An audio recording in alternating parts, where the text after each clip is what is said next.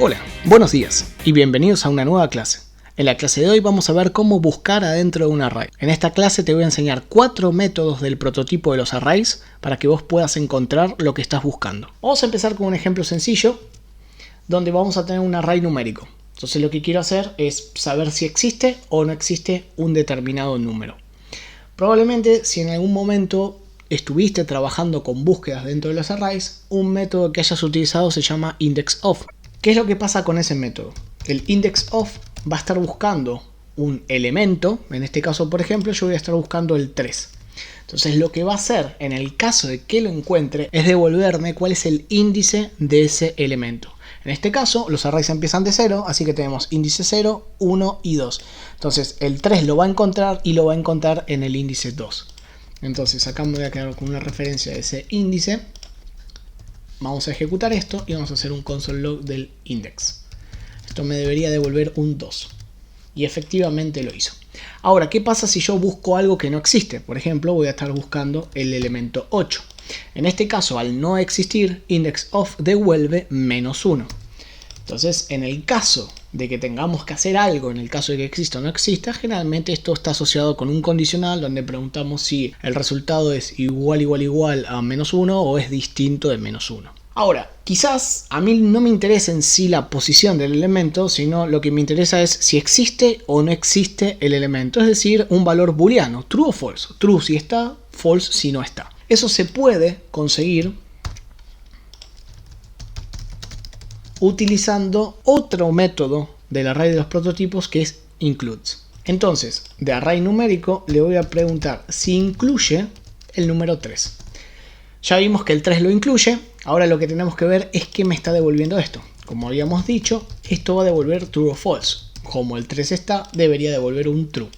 En el caso de que busque 8, esto me va a devolver un false. Entonces, si simplemente querés saber si está o no está a nivel booleano, true o false, en lugar de utilizar el indexOf y después hacer una comprobación por su valor, directamente podrías preguntar por includes, que te va a devolver ese valor booleano que estabas buscando. Ahora, vamos a ir a un ejemplo un poquito más complejo. O sea, tener un array de números o tener un array de strings no tiene ningún problema. Podemos utilizar el indexOf o podemos utilizar el includes. Pero ¿qué pasa cuando nosotros tenemos un array cuyo contenido son objetos? Ahí se pone un poquito más interesante esto. Por ejemplo, acá ya tengo preparado un array de objetos. Entonces tenemos 3 elementos. Cada elemento es un objeto, tiene las mismas propiedades, ID, precio y descripción. Siguiendo la idea de esto que armamos acá arriba, yo voy a querer encontrar algún objeto puntual. ¿Bien? Entonces podría o querer conseguir el índice o podría querer simplemente saber si está o no está por valor booleano. Entonces vamos a traernos este ejemplo que está acá. Y en lugar de, obviamente, array numérico, vamos a usar array objeto. Entonces voy a preguntar por el indexOf. Y acá adentro, ¿qué es lo que voy a buscar? Y supongamos que yo quiero buscar el que tenga el ID 2. Entonces, ¿cómo hago eso? ¿Qué hago? Pongo 2 y esto de alguna manera el navegador tendría que adivinar que 2 es un ID. Pongo ID igual a 2. Pongo los 2 puntos. Esto me va a dar un error. Genero un objeto que solamente tenga lo que estoy buscando. En ningún caso está funcionando. Incluso si yo copio todo este objeto y lo pego acá, tampoco va a funcionar. ¿Por qué es esto? Porque acá está buscando una igualdad de objetos. ¿Y cuándo dos objetos dan verdadero en la igualdad? Cuando son referencias hacia lo mismo. ¿Qué significa esto? Si yo, supongamos, al array objeto sub2, que sería el que tiene el ID 3, lo quiero comparar igual con este objeto, me va a dar falso. Ahora, ¿qué pasa si yo creo un objeto basándome en un elemento del array? Es decir, creo la constante O basándome en el array objeto sub2. Entonces ahora la constante O tiene estos valores. Y ahora sí puedo hacer la comprobación de igualdad. Voy a preguntar si el array sub2 es igual a este O. Y esto me da verdadero. ¿Qué significa que dé verdadero? Que si yo llego a modificar alguno de los dos, el otro se va a ver afectado. Por ejemplo, yo pongo o.id es igual a 100. Ahora el array objeto sub2 va a tener como ID el 100. Es decir, que por más que no lo modifique técnicamente a él, al modificar una referencia se va a ver afectado. Entonces esta es la manera en que me va a dar igual. Entonces, ¿qué estoy diciendo acá? Y yo acá tendría que crear, por ejemplo, un objeto 1. Supongamos que le asigno todo esto. Entonces, este objeto 1 va a estar como primer elemento. ¿Y qué voy a hacer? Y en mi index of voy a buscar por ese objeto 1. Entonces pruebo ahora y efectivamente ahora ya no me devolvió -1, me devolvió el 0. Si yo cambio de lugar esto, por ejemplo, me lo llevo al final, acá me va a dar el número 2. Y efectivamente está haciendo la búsqueda como corresponde. Lo mismo podría hacer con el include. En lugar de tener el index, cambiamos acá por el include. Y esto me va a devolver true. Probamos y efectivamente tengo un true. Si yo ahora, por ejemplo, trato de buscar un objeto, esto me va a devolver falso. Bien, pero probablemente la mayor parte de nuestros casos no tengamos una referencia para buscar. Es decir, no vamos a tener esto. Un objeto que yo puedo poner acá para que por referencia me lo encuentre. Así que no podemos utilizar estos métodos, ni indexOf ni include, así que vamos a tener que trabajar con otro método. Este método en cuestión se llama find. Entonces vamos a poner arrayObjeto.find.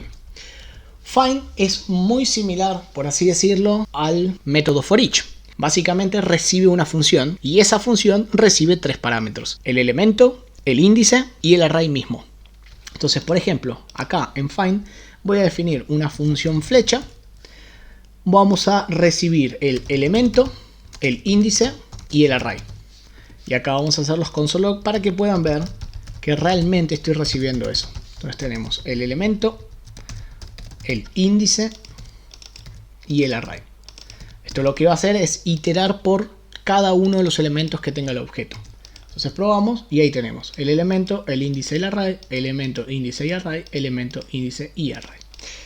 ¿Cuál es la característica que tiene find? ¿Qué es lo que lo hace distinto del método forEach? La función que va a ejecutar find tiene que devolver un valor booleano.